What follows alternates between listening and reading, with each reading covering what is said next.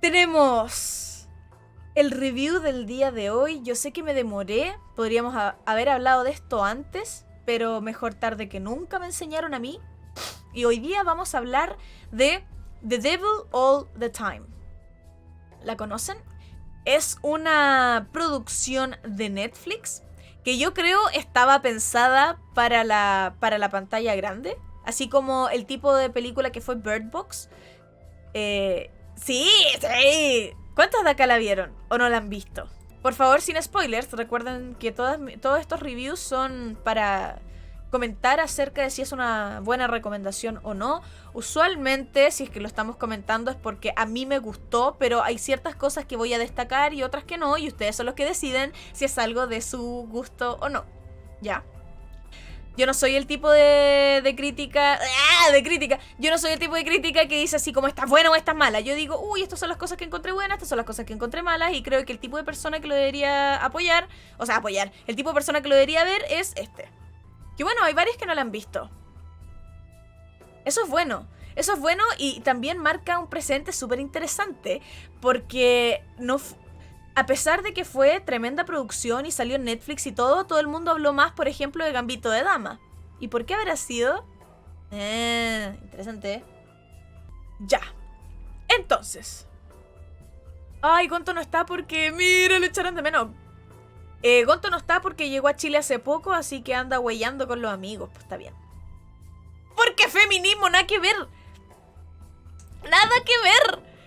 Pero es que nada que ver.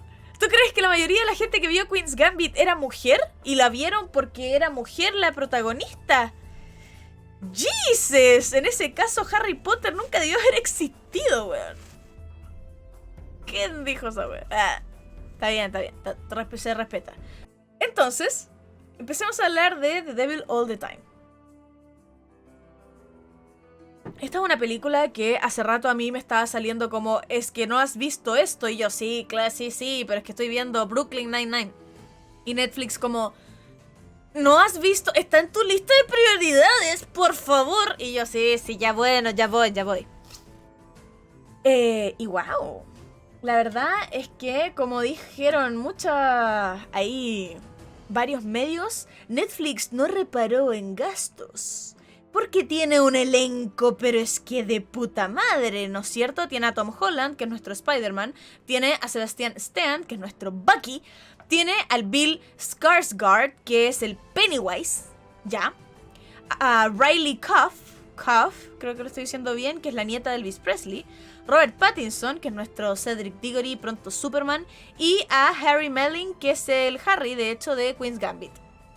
Y así, o sea, y perdón que elegí estos como los que para mí son más importantes, pero el resto del elenco es igual de increíble, ¿ok?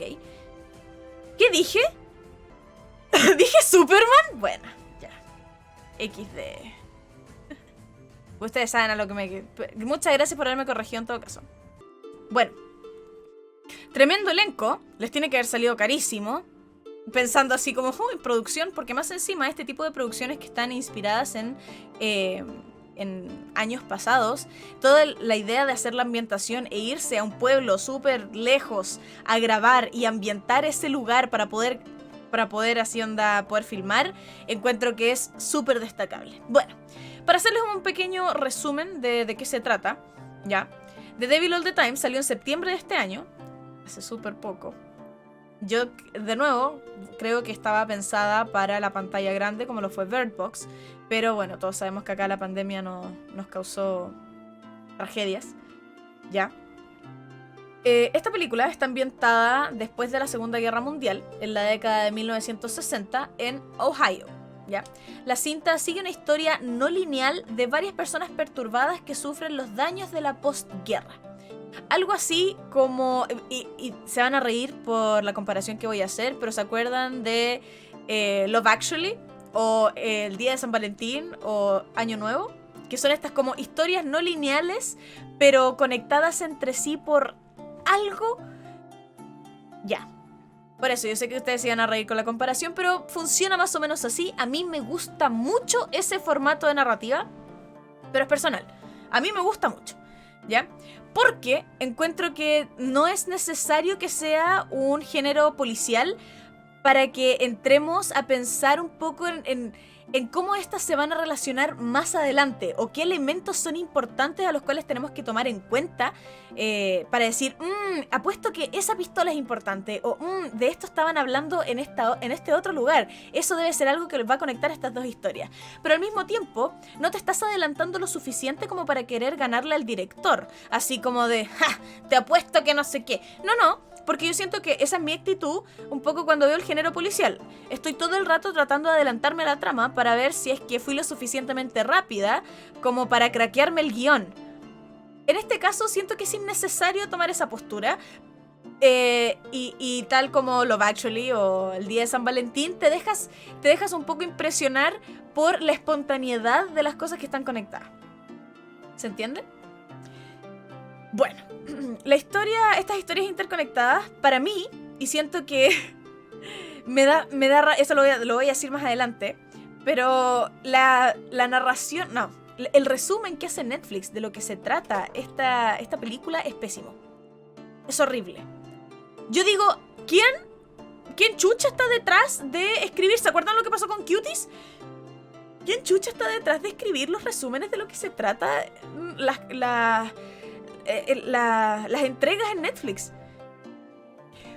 Porque para mí la película se trata acerca de las diferentes caras de la muerte y cómo nosotros enfrentamos la deidad o la devoción.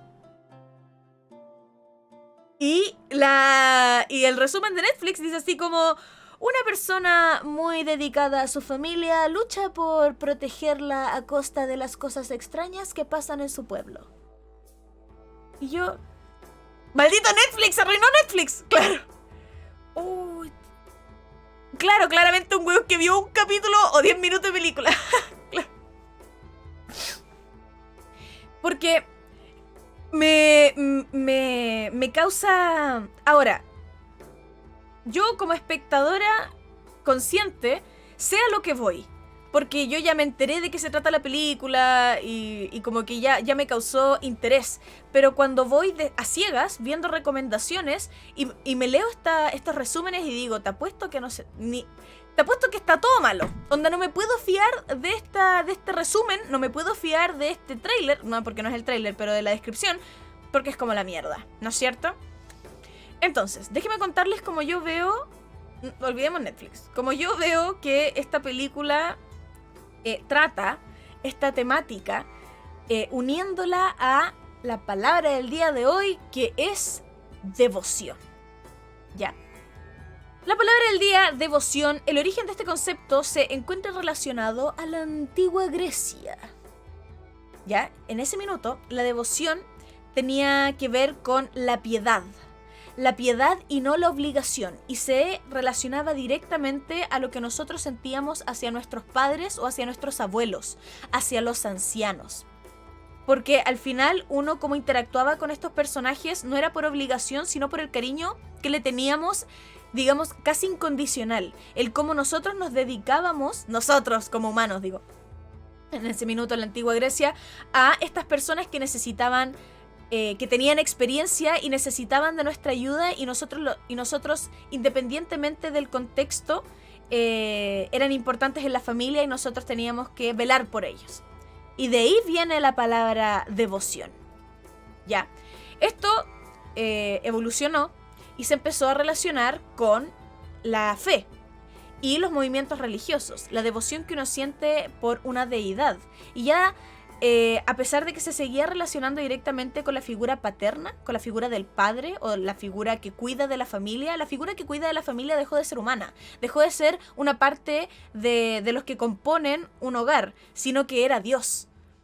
Ya, el sujeto que cuida de nosotros y de la sociedad no está entre nosotros. Y entonces la devoción empezó a tomar este carácter religioso, ¿ya? De veneración. Y desde entonces, bueno, dejó de venerarse solamente a Dios, sino que también a los santos. Y ya de lleno, la palabra devota tiene que ver con que es alguien muy... que se deja llevar por su fe, y todas sus acciones tienen como sentido religioso y cómo ellos se consagran a sus santos. ¿ya? Pero realmente devoción es el sentimiento profundo de respeto y admiración por este ente, que puede ser una divinidad, como puede ser un personaje, ¿ya? Digamos así, como devoción por una celebridad. ¿Pueden ver cómo están interconectadas las dos temáticas que vamos a hablar hoy día? ¿Lo ven o no lo ven? Entonces, como yo creo que esta película trata la devoción, es realmente el punto cúlmine, ¿ya? Porque los efectos de la posguerra tienen mucho que ver con cómo los devotas cristianos, ¿ya? Cuidaban a sus familias, con todo lo que tenía que ver con que si alguien volvía de la guerra, por ejemplo, muchas viudas, ¿ya? O muchas esposas, por decirlo antes de viudas, como ellos iban a la iglesia pidiendo de que sus maridos volviesen de la guerra, y entonces hacían como pactos de tipo, si es que mi marido vuelve te voy a dar 3 hijos, o te prometo que si es que mi hijo vuelve la voy a casar con esta persona. Y así entonces se formaban estos cultos religiosos de tratas de personas porque eran todos devotos. Y así un montón de otras cosas turbias que pasan en la iglesia también, ¿verdad? Y entonces esta película, con los distintos hilos narrativos que tiene, creo que enfrentan la muerte de distintas maneras. Por ejemplo, con la enfermedad, con la venganza, con la perversión, con la necesidad o con la esperanza. Pero el sentimiento de la devoción y de la muerte se interconectan con, al final todos terminamos en el mismo lugar, independiente a quién le estemos dando nuestra energía o como a quién nos estamos consagrando. Si es al diablo o a Dios, da lo mismo. Porque nuestro sentimiento de querer depositar toda nuestra esperanza en un solo lugar nos hace perder la cabeza. Nos hace echarle la culpa al resto. ¿Por qué? Porque esto es algo divino, esto es algo que me pidieron que hiciera, esto es algo que yo, turbio, claro, esto es algo que yo psicológicamente maquiné para darme motivación, porque ahí están mis respuestas. Pero ¿qué es realmente? Y juguemos al azar, y juguemos a cómo el humano se comporta realmente, que no son personajes de ficción. Las cosas simplemente pasan. Y entonces, ¿a quién le echamos la culpa? Me gusta cómo esta película trata el nadie se libera, porque todas las historias, ¿no es cierto?, tratan la muerte y la devoción de una manera diferente, pero nadie se libra. Finalmente es un poco jugando al oráculo, ya de da lo mismo las decisiones que tomes, igual el comportarse así, o digamos como que esta línea te lleva a la perdición, ¿ya? Por otro lado, la guerra es una temática recurrente a lo largo del largometraje y cómo marca indiscutiblemente a diferentes generaciones. Ya no solamente los padres de los soldados, los hijos de los soldados y el contexto de la guerra, de cómo llegamos con traumas a lugares que quizás nunca se vieron realmente intervenidos en la guerra, digamos, nunca vivieron bombardeos ni nada por el estilo, pero como también el hecho de la descomunicación. Pensemos que esto es un pueblito tirado en Ohio, ¿se acuerdan que hablamos de esto con Tiger King? ¿Qué es lo que pasa dentro de Estados Unidos en estos estados que realmente nadie les tiene el ojo puesto? Entonces este pueblito olvidado, ¿qué son las cosas que podrían llegar a pasar cuando no están como fiscalizados por el gobierno, por decirlo de alguna manera? Las cosas simplemente pasan. Simplemente pasan. No hay autoridades. Y así pasó. Y esta persona tomó esta decisión. Y nosotros mismos tratando de controlar nuestras comunidades. Y cómo nos corrompemos. Y entonces, ¿cómo nos corrompemos cuando lo más grande entre nosotros, la autoridad más grande es Dios, y no es el policía, no es el gobierno? Eso para mí es una de las cosas que más rescato de este largometraje. Las cosas que no me gustaron, o las cosas que encuentro que se quedaron cortas, ¿ya? Se siente definitivamente como la adaptación de un libro. Uno que ha leído mucho. Una que tiene tantos años. No, pero una que fuera de hueveo, cuando uno lee mucho, uno entiende cuáles son. Hay ciertas estructuras narrativas que tú dices, eso fue escrito. No fue pensado para verse, fue pensado para imaginarse. ¿Se entiende? A ver, voy a abordar un poco más ese argumento, para no quedarme corta. Hay un montón de cosas, no digo que todos los autores ni que todos los libros sean así, pero cuando tú estás leyendo un libro y estás leyendo un personaje, hay mucho de lo que estás leyendo que terminas de construir contigo. Así como de que el autor te dio un poco y tú terminaste de construir el personaje con el contexto que tú tienes, tanto del libro como de las cosas que ya has leído. Así como, perfecto. Entonces, este personaje, ya que me lo describieron así, yo lo termino de imaginar de esta manera. Eso no se da en las películas. Tú en las películas no terminas de imaginar nada por el director, porque supuestamente estás depositando toda tu confianza en que el director está plasmando tal cual lo que él estaba imaginando, tal cual como él lo quería. Entonces tú finalmente dejas las riendas sueltas y dices así como, ok, yo no voy a poner de mi parte, pero es una, digamos, es como un acuerdo implícito. No es que esté mal, pero y por eso leer y ver películas son experiencias diferentes también. Y no solamente por el hecho de que en una estás leyendo palabras y en la otra estás viendo imágenes. Ya, hay tanto más que dictan estas experiencias. Entonces, este largometraje se siente definitivamente como una adaptación de un libro. Creo que no se logró ese como, este personaje está incompleto. Eso. Este personaje pudo haber sido mucho más profundo. Las características de cada uno de los personajes son bastante planas, ¿ya? No evolucionan. Te dicen así como de que, bueno, este personaje es así y actúa de esta manera. Y no hay desarrollo de ahí en adelante. Entonces, bueno, eso me pasa con la adaptación del libro y la película. Los personajes se sienten más bien planos, así como de que, entonces este personaje tenía que imaginármelo más yo. Porque el director no es que se haya quedado corto, pero fue como, esto es lo que me dieron. Esto me dieron para construir y yo voy y te planteé situaciones. ¿Ya? Por un lado, leí algunas críticas que decían que esto era algo como sumamente castigable. Yo no encontré que era tan grave, pero fue como, pero a ver, esto suele pasar en adaptaciones con libros. Ahora, no pasó con Queen's Gambit, por ejemplo. ¿Pero por qué no? Pero porque estamos hablando de un solo personaje que tuviste todo el libro para poder desarrollar. Acá son varias historias y lo que importa es como si te planteo que este personaje se comporta de esta manera y lo hacemos pasar por esta situación. Listo. Lo demás se desarrolla solo. Lo que es interesante es poder ver cómo estas se interconectan. Bueno, lo que les había contado del narrador, que lo encontré, pero del narrador, de la descripción de Netflix, que la encontré como el pico, así como de esto no se trata. Esto es una de las cosas que pasan, pero de eso no se trata la serie. Qué pena. Netflix, yo feliz te hago esa weá. Call me. Yo te trabajo, te juro que me veo todo para poder hacerle un gran resumen. Te juro. Yo feliz te trabajo con eso. Y lo otro, hashtag ojalá. Ojalá. Una vez me tocó trabajar con Netflix y nunca más me pescaron. No sé qué habré hecho. Ese compa ya está despedido. Porque he visto que contratan a mis colegas y no me contratan a mí. Y yo los etiqueto así como, weón, hago un programa entero hablando de ti.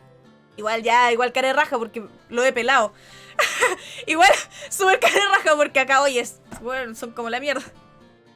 Otra cosa que me quedó como molestando fue de que la película tiene un narrador al principio y en ciertas partes de la narrativa.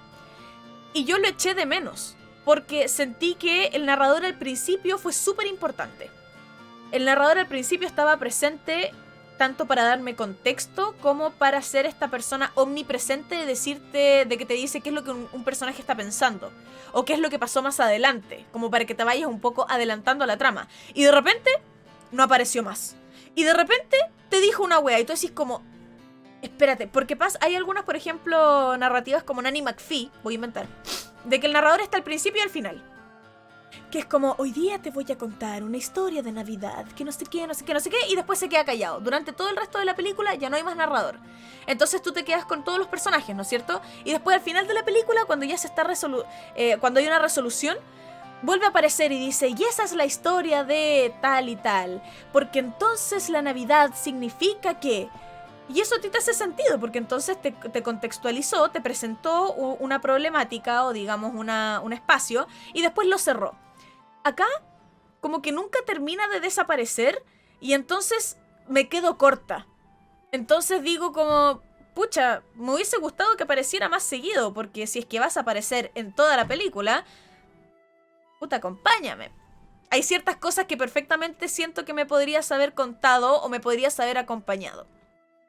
No sé si son decisiones del director o si es directo. No me leí el libro. Anda a saber tú si el libro es así y acá yo la estoy recagando. Pero eso como que me incomodó. Porque había partes en donde yo ya asumí que el narrador no estaba y de repente se metía una voz que fue como... ¿Eso lo dijo alguien? Ah, el narrador de nuevo. Ah, ok, chucha, ok. Vamos, sigamos. Entonces, eso me pasaba. Yo me perdí porque eran muchos personajes. Mira, hay gente que la encontró muy larga también. Que era como para el poco desarrollo de personaje que hubo, era demasiado, me lo podrías haber contado en algo más corto. Y siento que tiene razón. Dura más de 2 horas. Y son 2 horas hardcore. Así como de que estás depositando mucho de tu parte para poder seguir la trama. Como yo di todo de mí, me vi toda la película en Halloween y me encantó, sobre todo la estética. Por lo menos a mi hermano no le gustó por las escenas de gore. A mí esas escenas también me causaron asco, creo que esa era la intención. Sí, o sea, el gore siempre tiene intención, ¿verdad? Esa es la intención misma. ¿Cuático que preferimos ver series? ¿Tú encuentras? Somos con la nueva generación, ¿no es cierto? Ni tan gore, yo tampoco la encontré tan gore, pero puedo entender por qué hay personas que les causara así como, ¡ay, qué lata! ¿Para qué me mostraste el cadáver? ¡Qué lata! ¿No es cierto? No era necesaria el balazo en la cara tan explícito. No tiene tanto. Si la verdad es que encuentro que si viste Saw, eso es mucho más explícito que esto. Pero sí tiene cosas que realmente encuentro que son rescatables, aparte del gran elenco que tiene. Y es algo que recomiendo si es que quieren ver cine. Porque de hecho, antes de ver esta, pues me compré una tele nueva, no sé si supieron, si les conté. Me compré una tele nueva y ese día la estrené y me vi varias cosas. Y aparte de esta, antes de verme The Devil All the Time, me vi Contratiempo, que es una película que salió en el 2016. Es una película española y es del género policial. A mí me gusta mucho el género policial. Y como que no lo demuestro tanto, ¿no es cierto? Me gusta harto. De hecho, el primer género que leí fue el policial. Entonces, me vi, no sé si la vieron, Contratiempo. Película, ok. Si quieren después podemos, en otra oportunidad podemos hablar de Contratiempo. Pero es que pasó hace rato, desde el 2016, entonces dije, si hablo de eso ahora, o sea, imagínense, me estoy arrugando porque hablo de algo que salió en septiembre y estamos en diciembre, no me daba la cara para hablar de algo del 2016. Es un tremendo thriller, ya. Es acerca de un caso, de un asesinato. Pasa que esa película no es bonita. Esa película, lo interesante de la película es el guión. Pero verla tiene unos problemas de iluminación, pero uy, que yo la estaba viendo con mi mamá y yo le decía, pero mira ese cuadro, weón, la weá es fea. No se ve el tipo y no es a propósito. Es como que se siente que la corrección de color les quedó así porque eso era porque así era nomás. Eso eran las herramientas que tenían. No estaba pensado. Las escenas, la fotografía no era delicada. Y a mí me gusta mucho la fotografía de las películas. Ambas valen la pena verlas, pero tomen en cuenta los comentarios que estoy haciendo, ¿ya? Si, por ejemplo, a ustedes no les interesa o no sienten una doble lectura en la religión, se les puede hacer larga quizás. Por otro lado, no es tan gore, pero si no disfrutan más, por ejemplo, de temas cómicos o les gustan más las cosas para pensar, digamos, tipo Merlí, esto tampoco es para ustedes. Pero entonces tomen en cuenta los comentarios antes de evaluar si verlo o no. Yo encontré que es una muy buena película. Yo encontré que era definitivamente una de las mejores cosas que ha traído Netflix. Como Netflix.